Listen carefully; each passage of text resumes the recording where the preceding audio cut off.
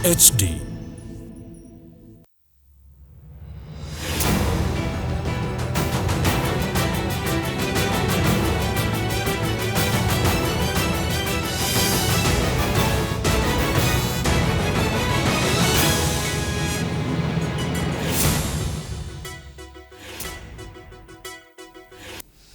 नमस्कार। प्राइम न्यूजमा स्वागत छ। म दृष्टिवाणी थेताल। म संगीता कटुवाल। सुरु गरौं आजको हेडलाइन्सबाट।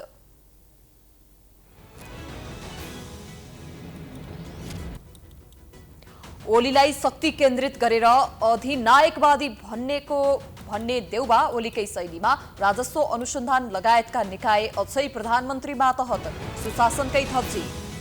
मल अभावबारे एमालेको विशेष प्रस्तावमा संसदद्वारा तत्काल मल उपलब्ध गराउन सरकारलाई निर्देशन। मन्त्री यादवको टालटुले जवाफ मल ल्याउने प्रक्रियामै छौं। चुनावी समीक्षा लगायतका विषयमा एमाले सचिवालय बैठक जारी। नेता भुसालको कारवाही एजेन्डा नै बनेनन्। जनप्रतिनिधिलाई प्रशिक्षण दिने बारे छलफल। 752 स्थानीय तहको अन्तिम नतिजा आए पनि बाजुराको बुढीगंगामा अझै अन्यल। मतदानबारे आयोग अनिर्णित। जनप्रतिनिधि नहुँदा समस्या, बजेट ल्याउन सकस।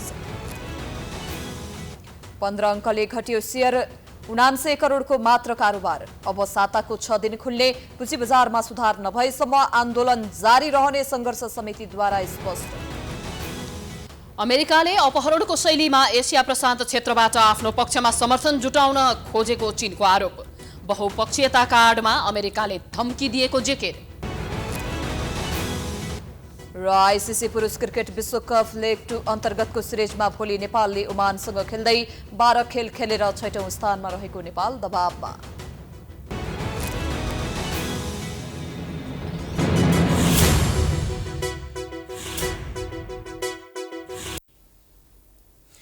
अब प्राइम न्यूज विस्तारमा। करिब 2/3 सरकारको नेतृत्व गरेका तत्कालीन प्रधानमन्त्री केपी शर्मा ओलीमा प्रधानमन्त्रीको शक्ति मोह यसरी बढ्यो कि सम्पत्ति शुद्धिकरण अनुसन्धान विभाग जस्ता विभिन्न निकाय प्रधानमन्त्री कार्यालय मातहत ल्याए। यस्तो प्रवृत्तिप्रति तत्कालीन प्रतिपक्ष दल नेपाली कांग्रेसले ओलीमा अधिनायकवादी सवार भएको भन्दै गम्भीर आपत्ति जनायो। तर समयक्रममा कांग्रेस सभापति शेरबहादुर देउबा प्रधानमन्त्री भए। विगतमा कांग्रेसको राजनीतिक अडानप्रति प्रश्न उठाउने ठाउँ दिँदै त्यस्ता निकाय 11 महिनादेखि प्रधानमन्त्री देउबाले आफू माताहतमै राखेका छन्। एक रिपोर्ट। केपी शर्मा ओली 40 महिना सरकारको नेतृत्वमा रहन्जेल नेपाली कांग्रेसका सभापति शेरबहादुर देउवाले पटक पटक भनिरहन्थे ओली नेतृत्वको सरकार अधिनायकवादी बन्यो।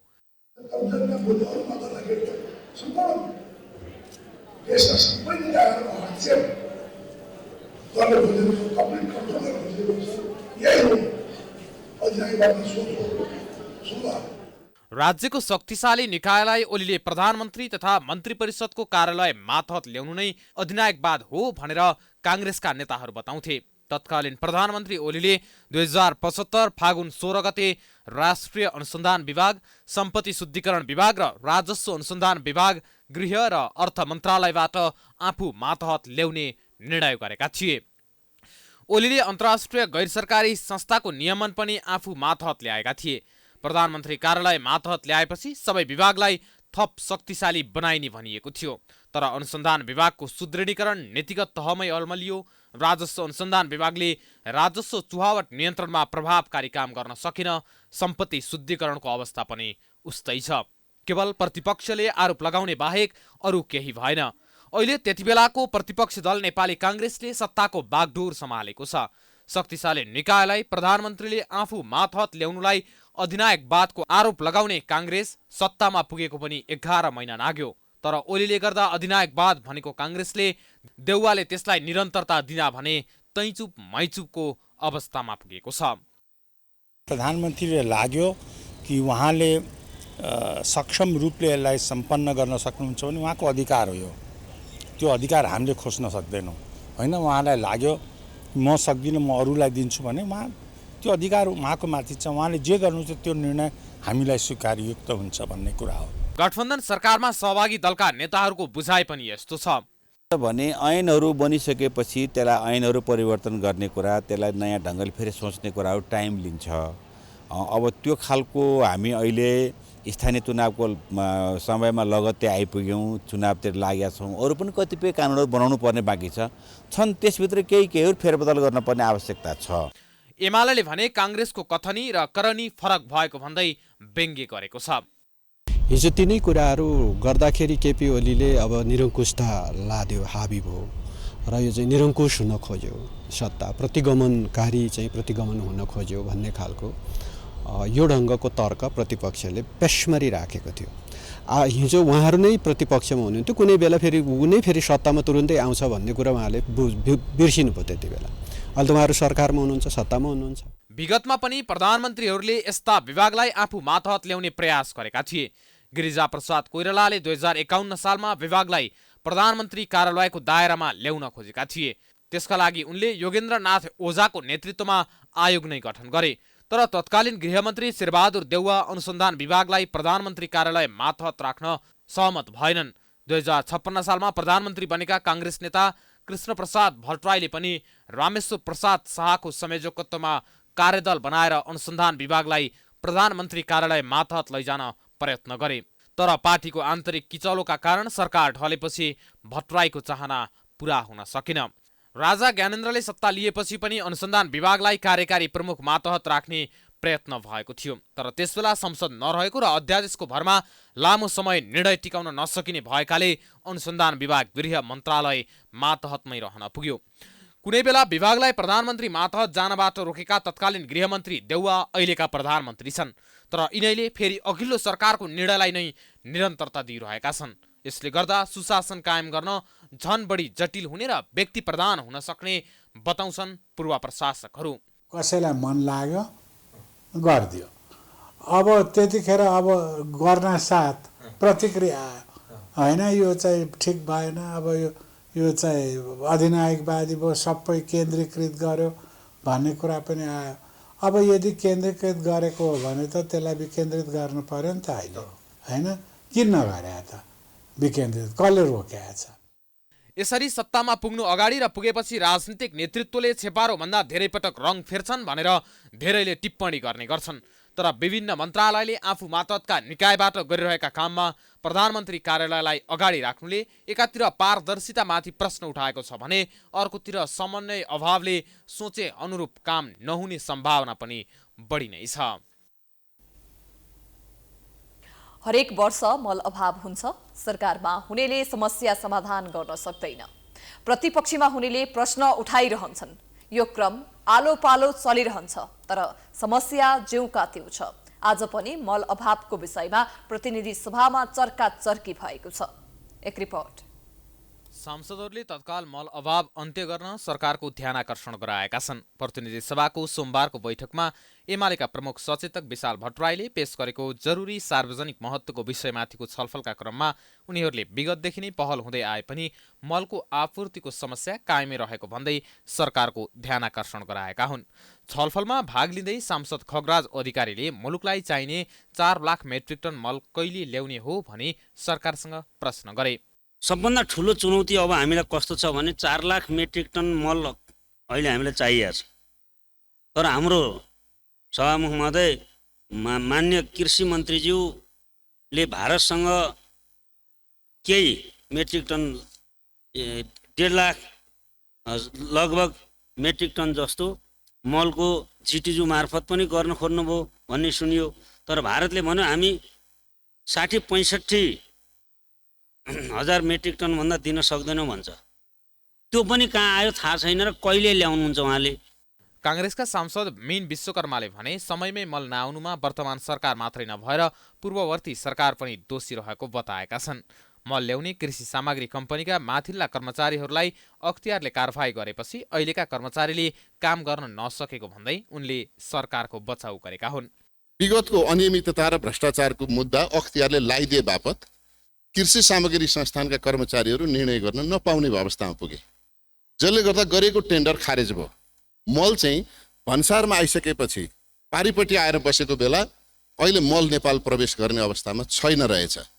माओवादीका सांसद शक्तिबहादुर बस्नेत मुलुकको विभिन्न परिस्थितिका कारण मुलुकमा सधैँ नै मल अभाव हुँदै आएको र समस्या समाधानका लागि हरित अर्थतन्त्र नै महत्त्वपूर्ण भएको बताए। मल अभावको समस्या कृषि मन्त्रीबाटै पनि समाधान हुन नसक्ने भएकाले प्रधानमन्त्री स्तरबाटै उच्च स्तरीय संवाद जरुरी रहेको बस्नेतको भनाइ छ। यो राष्ट्रिय समस्या हो, कृषि मन्त्रीज्यूले मात्रै पनि समस्या समाधान नहोला, प्रधानमन्त्रीज्यूले यसको विषयमा इनिसिएटिभ लिन जरुरी छ, सरकार प्रमुखले यसको बारेमा इनिसिएटिभ लिन जरुरी छ। हाई लेभल अहिले छिमेकसँग उच्च स्तरीय एउटा राजनीतिक संवाद गरौँ, तत्काल समस्या समाधान गर्नको लागि प्रधानमन्त्री स्तरबाट संवादको वातावरण तयार गरौँ।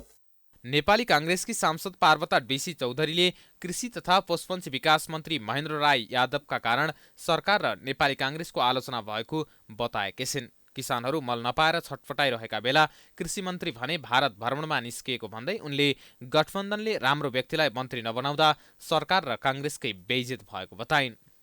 यस्तो बेलामा जानु ठिक होइन, विदेश किन जाने? आज किसानले मल पाइरहेकै छैन, आज यो प्रस्ताव आयो।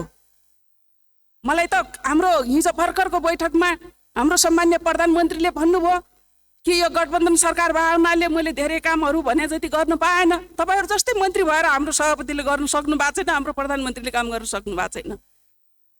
बेइज्जत त हाम्रै काङ्ग्रेसलाई हुन्छ नि, नेतृत्व त काङ्ग्रेसको छ। त्यसकारण काङ्ग्रेसको नेतृत्व सफल पार्नको लागि गठबन्धनले पनि राम्रा मन्त्री दिनु पर्यो। नेपालमा हरेक वर्ष खेतीपाती लगाउने समयमा मल अभाव हुँदै आएको छ। जुनसुकै सरकार र मन्त्री आए पनि दीर्घकालीन रूपमा समस्या समाधान हुन सकेको छैन, जसका कारण किसानले क्षमता अनुसारका उत्पादन गर्न सकेका छैनन्। प्रतिनिधि सभाले अत्यावश्यक रासायनिक मल कृषकलाई सहज रूपमा उपलब्ध गराउनका लागि सरकारलाई निर्देशन दिएको छ। सोमबार बसेको बैठकले रासायनिक मल सम्बन्धी जरुरी सार्वजनिक महत्त्वको प्रस्ताव सर्वसम्मतिले पारित गर्दै अत्यावश्यक रासायनिक मल कृषकलाई सहज रूपमा उपलब्ध गराउनका लागि सम्भाव्य सबै उपाय अवलम्बन गरी कार्य सम्पादन गर्न निर्देशन दिएको हो। रासायनिक मल कृषि उत्पादन वृद्धिका लागि अत्यावश्यक रहेको र हाल प्रमुख बालीको रूपमा रहेको धान बाली लगाउने समय समेत रासायनिक मल उपलब्ध नभएको विषयमा गम्भीर ध्यानाकर्षण भएको सभामुख अग्नि सापकोटाले बताए। उनले कुल गृहस्थ उत्पादन 25% योगदान दिने कृषि क्षेत्रका समस्या समाधान गर्ने कार्यलाई प्राथमिकतामा दिन सरकारलाई निर्देशन दिए। धान बाली लगाउने समयमा समेत रासायनिक मल उपलब्ध नभएको विषयमा यस सदनको गम्भीर ध्यानाकर्षण भएको छ। कुल गृहस्थ उत्पादनमा 25% योगदान दिने कृषि क्षेत्रका समस्या समाधान गर्ने कार्यलाई प्राथमिकता दिँदै अत्यावश्यक रासायनिक मल कृषकलाई सहज रूपमा उपलब्ध गराउनका लागि सम्भाव्य सबै उपाय अवलम्बन गरी कार्य सम्पादन गर्न प्रतिनिधि सभाको यो बैठक नेपाल सरकारलाई निर्देश गर्दछ। महेन्द्र राय यादवले समयमा नै मल नल्याउने कतिपयको ठेक्का रद्द गरेर कारबाही प्रक्रिया अघि बढाइने जानकारी दिए। उनले अहिलेसम्मको टेन्डर प्रक्रियामा मल ल्याउन 226 दिन लाग्ने भएकाले यसलाई परिवर्तन गर्नुपर्नेमा जोड दिए। मल अभावलाई अन्त्य गर्नका लागि भारतसँग G2G प्रक्रियाबाट मल ल्याउने प्रयास भइरहेको पनि उनले बताए। मन्त्री यादवले असार मसान्तभित्र पर्याप्त मल आउने दावी गरे। 50,000 मेट्रिक टन रासायनिक मल भारत सरकारबाट यसै सम्झौता अन्तर्गत खरिद गर्न प्रयास भइरहेको छ।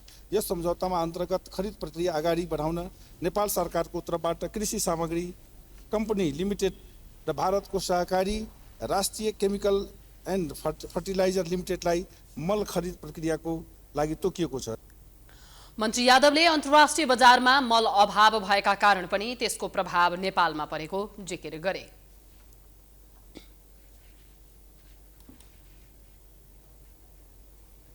नेकपा एमाले केन्द्रीय सचिवालय बैठकमा आफ्ना जनप्रतिनिधिलाई प्रशिक्षण तथा अभिमुखीकरण तालिम दिन प्रस्ताव गरिएको छ। च्यासल स्थित पार्टी मुख्यालयमा जारी सचिवालय बैठकमा आफ्नो पार्टीबाट निर्वाचित स्थानीय तहका जनप्रतिनिधिलाई प्रशिक्षण दिन प्रस्ताव गरिएको हो। उक्त प्रस्तावमा आउँदो 2 र 3 असारमा जनप्रतिनिधिलाई प्रशिक्षण दिन भनिएको छ।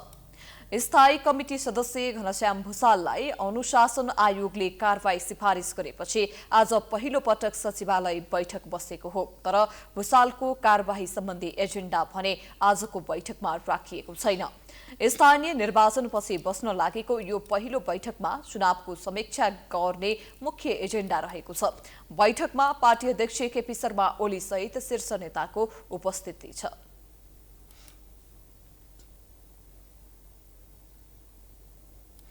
सत्ता गठबन्धनकै कारण स्थानीय निर्वाचनको परिणाम आफ्नो पक्षमा नआएको प्रमुख प्रतिपक्ष दल नेकपा एमालेको ठहर छ। त्यसकारण पनि ऊ सत्तारूढ गठबन्धन जसरी भए पनि तोड्न चाहन्छ। राजनीतिक दलबीच निश्चित गन्तव्य नभएपछि जोसँग यात्रा गर्दा पनि कुनै फरक नपर्ने नेताहरू नै बताउन थालेका छन्। एक रिपोर्ट। जनता समाजवादीका अध्यक्ष उपेन्द्र यादवसँग जेठ 11 गते भेटेर गठबन्धन तोड्न प्रस्ताव गरेका एमाले अध्यक्ष ओलीले आइतबार सत्तारूढ नेकपा माओवादी केन्द्रका नेता नारायण काजी श्रेष्ठसँग भेट गरेका छन्। भेटका क्रममा ओलीले सैद्धान्तिक रूपमा समेत विचार मिल्ने भएकाले सहकार्य गरेर अगाडि बढ्न आग्रह गरेको स्रोतको भनाइ छ। यसअघि प्रमुख प्रतिपक्षी दल नेकपा एमाले माओवादी केन्द्रका अध्यक्ष प्रचण्ड र नेकपा एकीकृत समाजवादीका अध्यक्ष नेपाललाई प्रधानमन्त्री बन्न अफर गरेको विषय चर्चित बनेको थियो। तर स्थानीय निर्वाचनमा गठबन्धनको चुनौतीको सामना गर्न नसकेर विरासत गुमाउँदै पहिलो शक्तिबाट दोस्रो शक्तिमा झरेको प्रतिपक्षी दल नेकपा एमाले चुनावी सरकार बनाउने र गठबन्धन तोड्न पनि प्रचण्ड र नेपाललाई प्रधानमन्त्री बन्न अफर गरेको हुन सक्ने धेरैले अनुमान गरेका थिए। तर एमाले यो भनाइको खण्डन गरेको छ। काङ्ग्रेससँग पद बार्गेनिङको शक्ति बढाउन प्रचण्ड र नेपालले अनावश्यक रूपमा हल्ला फैलाएको एमालेको बुझाइ छ। राजनीतिक दलको स्पष्ट गन्तव्य नभएका कारण जोसँग पनि यात्रा गर्न सकिने नेताहरू नै बताउन थालेका छन्। तपाईँसँग एउटा गन्तव्य भइसकेपछि त्यो गन्तव्यमा जाने खालको साथी चाहियो। तर तपाईँसँग गन्तव्य निश्चित छैन भने अथवा गन्तव्य हराए जस्तो स्थिति छ भने तपाईँ जोसँग नि यात्रा गर्न सक्नुहुन्छ। तर सङ्घ र प्रदेशको निर्वाचनमा गठबन्धनका अन्य दलको भावनालाई सम्बोधन गर्ने गरी अघि बढ्ने काङ्ग्रेसको भनाइ छ। अबको निर्वाचन भनेको यो केन्द्रबाटै गठबन्धन दलहरूकै बिचबाट व्यवस्थापन गर्ने विषयवस्तु पनि हो। तर यसमा सबैले स्वामित्वहरू पाउनुहुन्छ। तर अब हिजोका गुनासाहरू भोलिको राष्ट्रिय निर्वाचनमा सबै समाप्त हुन्छ र यस्ता किसिमका स्वरहरू अब आउने निर्वाचनमा मलाई लाग्छ उठ्ने छैन। प्रमुख प्रतिपक्षी दल नेकपा एमाले भने अहिले नै वाम गठबन्धन गर्ने बारे स्पष्ट खाका बनि नसकेको बताएको छ। काङ्ग्रेससँगको बार्गेनिङ बढाउनलाई उहाँहरूले यो र्युमर आफै उहाँहरूले लानुभएको, हाम्रोबाट कहीँ पनि त्यस्तो केही भएको छैन र अहिले तुरुन्तै यो सम्भव पनि म देख्दिनँ। राजनीतिकमा असम्भव चिज कुनै चिज हुँदैन, असम्भव चिज चाहिँ होइन। तर तत्कालै वाम गठबन्धनको सम्भावना मैले देखेको छैन। स्थानीय निर्वाचनमा काङ्ग्रेसको साथ पाएर होसिएका प्रचण्ड र नेपाल सङ्घ र प्रदेशमा समेत बढी सिट लिने दाउमा रहेको बताइन्छ, जसका कारण उनीहरू एमालेसँग मिल्न सक्ने आशयका अभिव्यक्ति दिएर काङ्ग्रेससँग बार्गेनिङ पावर बढाउने प्रपञ्च रचेको चर्चा हुने गरेको छ। आगामी सङ्घ र प्रदेशको निर्वाचनको बहस सुरु हुँदा कस्तो गठबन्धन गरेर दलहरू चुनावमा होमिन्छन् भन्नका लागि भने केही समय प्रतीक्षा नै गर्नुपर्ने हुन्छ। Political bureau, prime time HD, Kathmandu. Prime न्युजको सिलसिला जारी छ। हामी ब्रेक पछि आउँछौँ।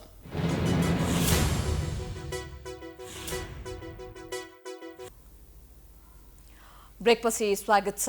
अब बाँकी न्युज। स्थानीय तह निर्वाचन सम्पन्न भएको 1 महिना बितिसक्दा पनि निर्वाचन आयोगले एक स्थानीय तहको बारे भने अझै निर्णय गर्न सकेको छैन। 752 स्थानीय तहको निर्वाचन सकिए पनि एउटाको बारे निर्णय नगर्दा आयोगको असक्षमता पनि भने टिप्पणी हुने गरेको छ। एक रिपोर्ट। बाजुराको बुढीगङ्गा नगरपालिकामा स्थानीय तह सदस्य निर्वाचन अझै हुन सकेको छैन। स्थानीय तह निर्वाचन सम्पन्न भएको 1 महिना बितिसक्दा पनि बुढीगङ्गामा निर्वाचन हुने सम्भावना देखिएको छैन। सङ्घीय व्यवस्था अनुरूप देशका 753 स्थानीय तह मध्ये बुढीगङ्गा नगरपालिकाको निर्वाचन गराउन निर्वाचन आयोग अलमलमा देखिएको छ। विवादरहित, स्वतन्त्र र स्वच्छ निर्वाचन हुने नदेखिएका कारण मतदान स्थगित भएको सो पालिकाको निर्वाचन कहिले हुने भन्ने विषय अन्योलमै छ। अन्य स्थानीय तहको निर्वाचन सकिएर विजयी उम्मेद्वारहरूले पद बहाली गरिसक्दा पनि बुढीगङ्गा नगरपालिकाको निर्वाचनको टुङ्गो लाग्न सकेको छैन। निर्वाचन आयोगले बुढीगङ्गा नगरपालिकाको निर्वाचनका लागि केही दिनमा नै मिति तय गर्ने प्रयास भइरहेको जनाएको छ। सम्बन्धित मुख्य निर्वाचन अधिकारीको कार्यालयमा पठाएको र निर्वाचनको तिथि तय गर्न सम्बन्धित निर्वाचन अधिकारीलाई नै जिम्मेवारी तोकेको हो। अब त्यो चाहिँ अब यहाँले भने जस्तो अब तोकिन सकेको छैन। अब आज भोलि भन्ने चाहिँ हामीलाई सूचना प्राप्त भएको छ। अब त्यहाँ हाम्रो सुरक्षा अब जिल्ला प्रशासन मुख्य निर्वाचन अधिकारी निर्वाचन सबैले कम्तीमा एउटा निर्वाचनको माहौल बनाउनुपर्छ। अब सबै राजनीतिक दलहरू बीच सहमति कायम गरेर जानुपर्छ। मिति कहिले तोक्ने भन्ने खालको चाहिँ छलफल भइराखेका छन्। अब आज भोलिमा त्यसको टुङ्गो लाग्ला। बुढीगङ्गामा के गर्ने भन्ने विषयमा सर्वदलीय बैठकबाट टुङ्गो लगाइने बताइएको छ। यहाँ वैशाख 30 को निर्वाचनमा एमाले कार्यकर्ताले बुथ कब्जा गरेको आरोप काङ्ग्रेसको छ भने एमाले भने सत्ताको दुरुपयोग गर्दै काङ्ग्रेसले कब्जा गरेको आरोप लगाएपछि विवाद भएको थियो। काङ्ग्रेस र एमाले बीच पुनः मतगणना गर्ने वा पुनः मतदान भन्ने विषयमा उत्पन्न विवादको छिनोफानो गर्दै आयोगले जेठ 12 गते बुढीगङ्गा नगरपालिकाका 10 वटै वडामा पुनः मतदान गराउने निर्णय गरेको थियो। मतदान केन्द्र कब्जा हुँदा सुरक्षाकर्मीले प्रभावकारी भूमिका नखेलेको आरोप पनि लागेको थियो। त्यसैले आयोगले सिडिओ सहित प्रहरी प्रमुखहरू परिवर्तन गरी पुनः निर्वाचनको वातावरण बनाउन सरकारसँग आग्रह गरेको थियो। आयोगका पदाधिकारीको बहुमतको निर्णयले यहाँ पुनः मतदान गर्ने निर्णय गरेको थियो। काङ्ग्रेसबाट बुढीगङ्गामा रङ्गबहादुर खाती र एमालेबाट रामबहादुर बानिया मेयर उम्मेद्वार छन्। जनप्रतिनिधि नहुँदा असार 10 गतेभित्र बजेट ल्याउनु पर्ने बाध्यात्मक अवस्थामा कर्मचारी संयन्त्रले मात्रै काम गर्नुपर्ने अवस्था आएको छ। प्रदेश र सङ्घको निर्वाचनको तयारी भइरहँदा अहिलेसम्म स्थानीय तहकै निर्वाचन सम्पन्न गर्न नसक्नु आयोगको कमजोरी मानिन्छ। संसदीय समितिले आसन्न अमेरिका भ्रमणका बारेमा जानकारी लिन प्रधानमन्त्री शेरबहादुर देउवालाई बोलाउने निर्णय गरेको छ। सिंहदरबारमा बसेको प्रतिनिधि सभा अन्तर्गतको अन्तर्राष्ट्रिय सम्बन्ध समितिले आगामी असार 5 गते अमेरिका भ्रमणका बारेमा जानकारी लिन प्रधानमन्त्रीलाई बोलाउने निर्णय गरेको हो। यसअघि प्रधानमन्त्री देउवाको अमेरिका भ्रमणबारे संसदलाई जानकारी गराउन एमाले माग गरेको थियो। त्यस्तै बैठकले नेपालको परराष्ट्र नीतिका बारेमा छलफल गर्न असार 3 गते परराष्ट्र मन्त्री डाक्टर नारायण खड्कालाई समितिमा बोलाउने निर्णय गर्दै यसका लागि पत्रचार गरिने समिति सभापति पवित्रा निरौलाले जानकारी दिए। नसकौँला पनि समय अभाव हुन सक्छ, किनभने सबै मान्यज्यूहरूले चासोको विषय पनि भनेको छ। यसले गर्दा म के अनुरोध गर्न चाहन्छु भने 3 गते एउटा बैठक राखौँ। मैले 3 र 4 भन्ने सोचेको थिएँ, 4 गते शनिबार परेछ, त्यसले गर्दा शनिबार सम्भव नहोला। 3 गते एउटा बैठक राख्ने परराष्ट्र मन्त्रीलाई बोलाएर र 5 गते प्रधानमन्त्रीलाई बोलाएर बैठक राखौँ र यसरी हामी जाउँ भन्ने खालको कुराहरू चाहिँ यहाँको समक्ष राख्न चाहन्छु। बैठकमा समिति सदस्यहरूले प्रधानमन्त्रीको अमेरिका भ्रमणका बारेमा अनेक आशंका पैदा भएको भन्दै सरकारले स्पष्ट पार्नुपर्ने धारणा राखेका थिए। सांसद माधव कुमार नेपालले नेपालको परराष्ट्र मामिलामा कुनै पनि हस्तक्षेप स्वीकार्य नहुने बताए। त्यस्तै सांसद प्रदीप गेवालीले प्रधानमन्त्रीको भ्रमणको व्यवस्थापनमा नै प्रश्न चिन्ह उठेको बताए। उनले अमेरिकामा विभिन्न सहमति हुने चर्चा सुनिएको भन्दै प्रष्ट हुनुपर्ने उल्लेख गरे। त्यस्तै सांसद भीम रावलले समितिमा जानकारी गराउँदा प्रधानमन्त्रीले अपमानका रूपमा सोच्न नहुने बताए। जति देश एकताबद्ध भयो, जति जनता सचेत र जागृत भए, जति हामीले हाम्रो देशलाई माया गर्ने शक्तिहरूसँगको सम्बन्ध हामीले विस्तार गर्न सक्यौँ, हाम्रो स्ट्रेन्थ, हाम्रो ताकत बढ्छ।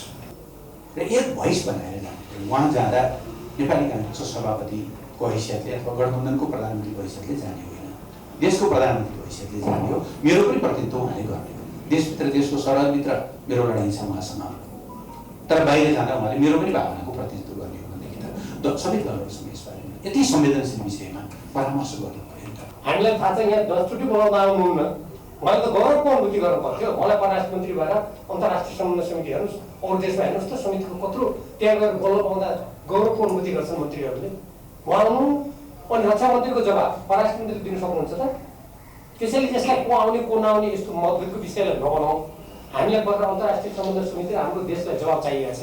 उहाँहरूले गौरवको अनुभूति गर्नुपर्छ हामीले बोलाउँदा। बैठकमा अन्य सदस्यहरूले मुलुकको राष्ट्रियतालाई मध्यनजर गर्दै नेपालको परराष्ट्र नीतिलाई प्रभावकारी रूपमा कार्यान्वयन गर्नुपर्ने धारणा राखेका थिए।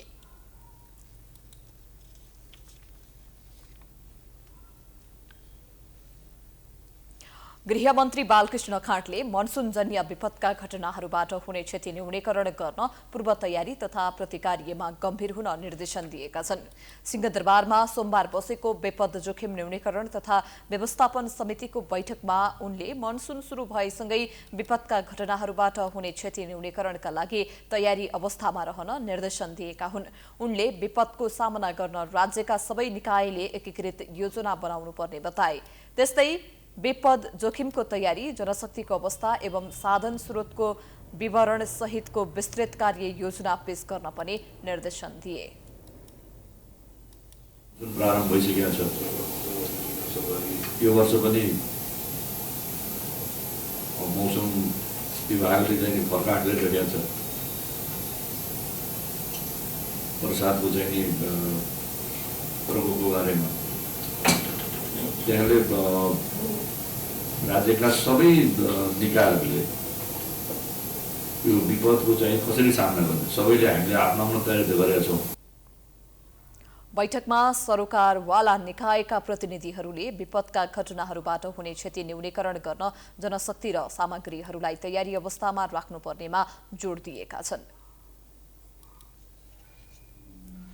काखमा 21 महिनाको बालक, त्यही बालकको बाबु पहिचान र अधिकारका लागि महोत्तरीदेखि काठमाडौँसम्मको सङ्घर्षको श्रृङ्खला हो। क्रूर पुरुषको बलात्कारको शिकार भएर छोरो जन्माएकी कुमारी आमा न्यायको भिख माग्दै यति बेला बसन्तपुरमा अनसनमा छिन्। एक रिपोर्ट। बलात्कार भएको भन्दै करिब 3 वर्षदेखि न्याय माग्दै आएकी उनी अहिले काठमाडौँको बसन्तपुरमा 4 दिनदेखि अनसनरत छिन्। काखमा दुधे बालक च्यापेर न्यायका लागि काठमाडौँ आएकी उनको स्वास्थ्य अवस्था नाजुक बन्दै गएको छ। काखमा दुधे बालक 4 दिनदेखिको अनसनले शिथिल बनेकी निहारिका राजपूत अनि यी अबोध बालक बारम्बार आमालाई कोट्टाइरहन्छन् किनकि उनलाई घरिघरि दूध खान मन लाग्छ। आमा अनसनमा हुँदा ती बालकको बिचल्ली भएको छ। उनको छोरा बिहान राजपूत अहिले 21 महिनाको भयो। भोकै प्यासे रहेकी निहारिकाले छोराका लागि पर्याप्त दूध खुवाउन सकेकी छैनन्।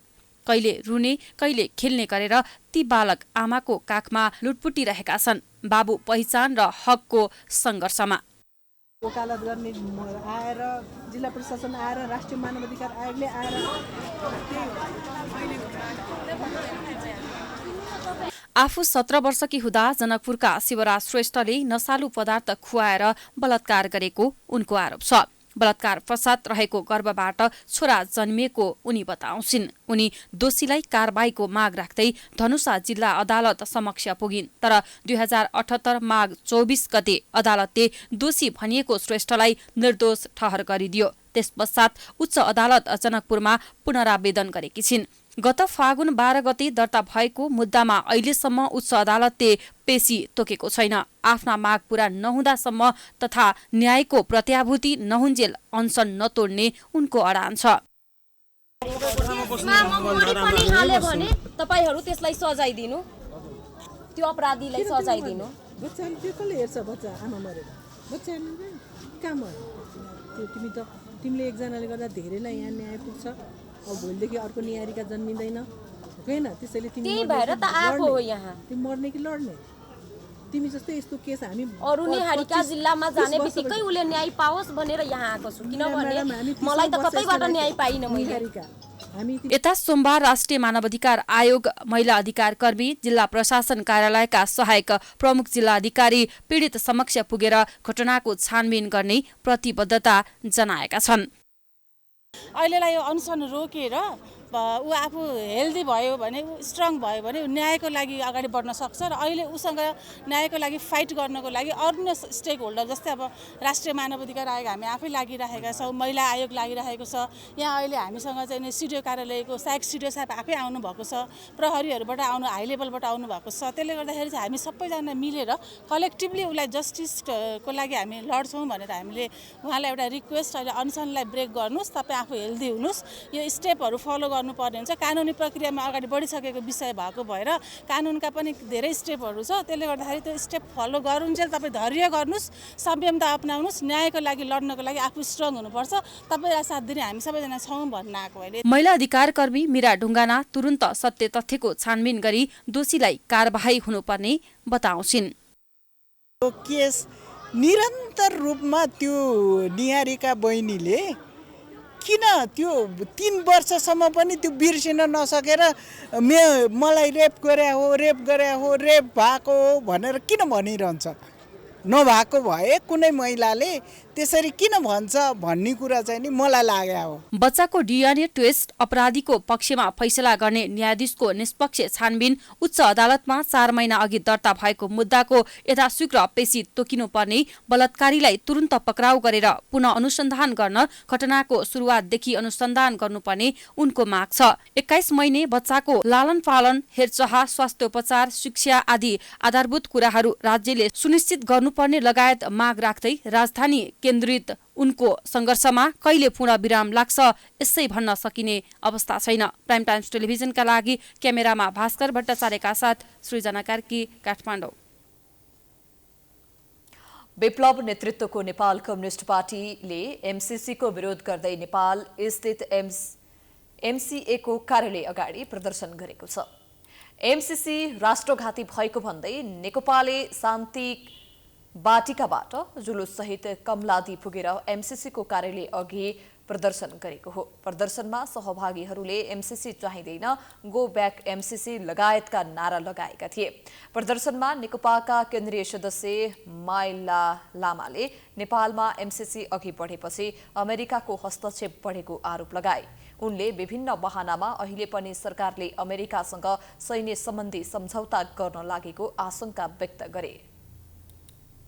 जनतालाई लज्जित पार्ने प्रकृतिका जो अभिव्यक्ति र क्रियाकलाप उनले गरे तिनप्रति हाम्रो घोर भर्सना छ, हाम्रो खेद छ। हामी भन्छौँ अमेरिकी साम्राज्यवादका घृणित क्रियाकलाप मुर्दाबाद। हामीलाई स्वीकार्य छैन अमेरिकी दादागिरी, हामीलाई स्वीकार्य छैन अमेरिकी हस्तक्षेप, हामीलाई स्वीकार्य छैन अमेरिकनहरूले नेपालमाथि लाद्न खोजेको घृणित र षड्यन्त्रमूलक गतिविधि। नेपाल युक्रेन होइन र नेपाललाई हामी युक्रेन बन्न दिदैनौँ। नेकपाले अमेरिकी हस्तक्षेप स्वीकार्य नहुने भन्दै नेपाललाई युक्रेन बन्न नदिने जनाएको छ।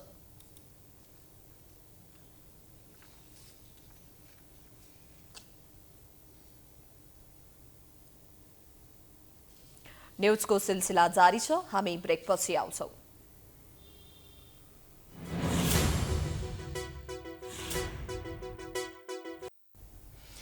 विश्रामपछि स्वागत छ। अब बिजनेस न्यूज।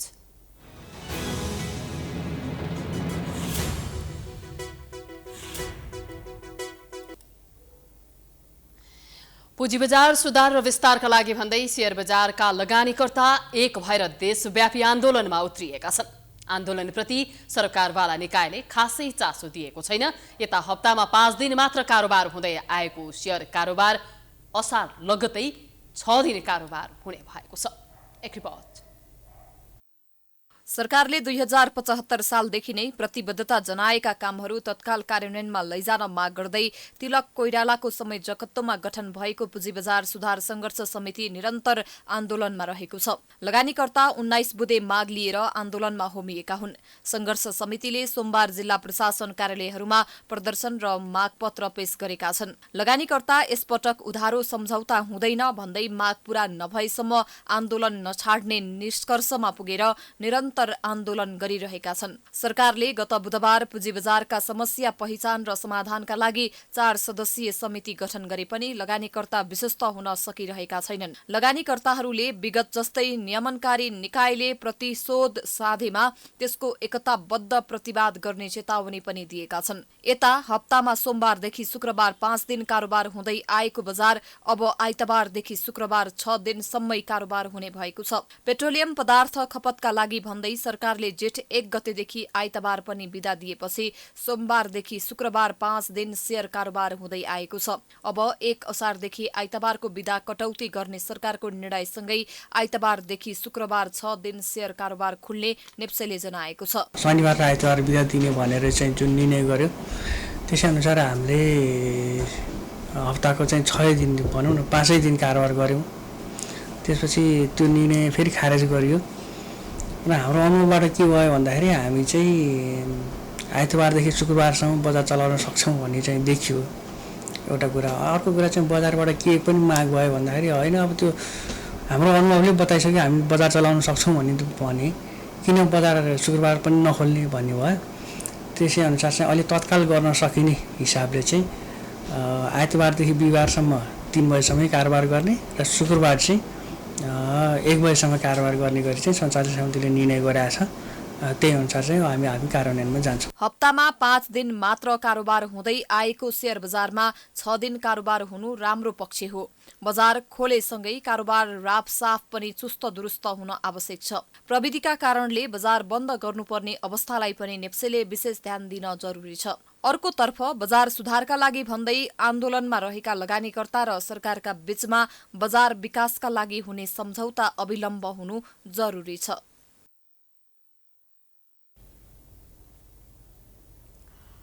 साताको पहिलो कारोबारको दिन नेप्से परिसूचक सोमबार 15.82 अङ्क घटेर 2032.34 बिन्दुमा झरेर बन्द भएको छ। आज सेन्सेटिभ इन्डेक्स 2.30 अङ्क घटेको छ भने फ्लोट इन्डेक्स 1.15 अङ्क र सेन्सेटिभ फ्लोट इन्डेक्स 0.86 अङ्क घटेको छ। आज 230 कम्पनीको 20,774 पटकको कारोबारमा 79 करोड 86 लाख 74 हजार रुपैयाँ बराबरको 29 लाख 20 हजार किता शेयर खरिद बिक्री भएको छ। आज 13 वटै उपसमूहको परिसूचकमा गिरावट आएको छ। बलेपी हाइड्रो पावर र ग्रेन भेन्चर्स लिमिटेडको शेयर सकारात्मक सर्किट लेभलमा कारोबार भएको छ भने मानुषी लघुवित्तको शेयर मूल्यमा सर्वाधिक 5.40% को गिरावट आएको छ। कारोबार रकमका आधारमा आज सानीमा बैंक शीर्ष स्थानमा रहेको छ।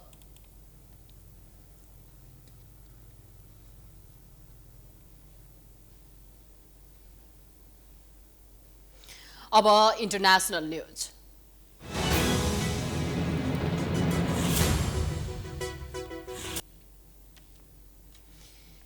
अमेरिकाले अपहरणको शैलीमा एसिया प्रशान्त क्षेत्रका देशहरूबाट आफ्नो पक्षमा समर्थन जुटाउन खोजेको चीनले आरोप लगाएको छ। चीनका रक्षा मन्त्रीले बहुपक्षवादका नाममा वाशिंटनले आफ्नो स्वार्थलाई अघि बढाउन तथा उनीहरूलाई चीन विरुद्ध भड्काउन खोजेको आरोप लगाएका हुन्। सांग्रीला डायलगको एक दिन अघि रक्षा मन्त्री जनरल वेई फेङले अमेरिकी रक्षा मन्त्री लोयड अस्टिनको चीनले ताइवानको स्वशासित टापुमा आफ्नो दावी गर्नका लागि सैन्य गतिविधि बढाएर अस्थिरता निम्त्याएको अभिव्यक्तिको आलोचना गर्दै त्यसलाई अपमानजनक आरोपको संज्ञा दिँदै खण्डन गरेको अन्तर्राष्ट्रिय सञ्चार माध्यमले जनाएका छन्।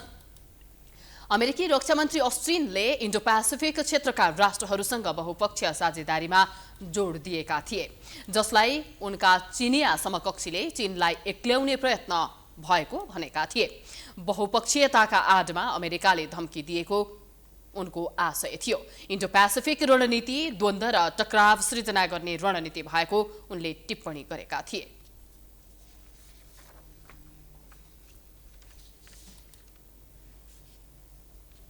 अब स्पोर्ट्स न्यूज।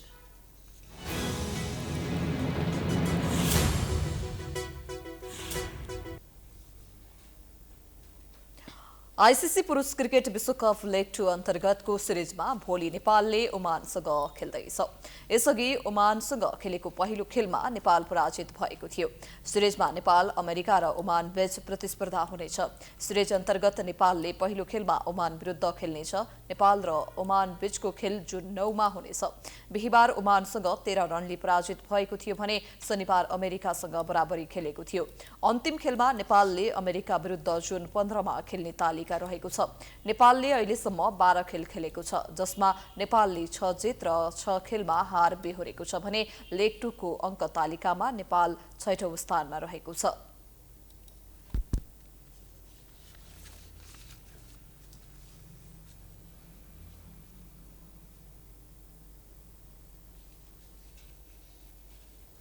हामी प्राइम न्यूजको अन्त्यमा आइपुगेका छौं। जाँदा जाँदै हेडलाइन्स।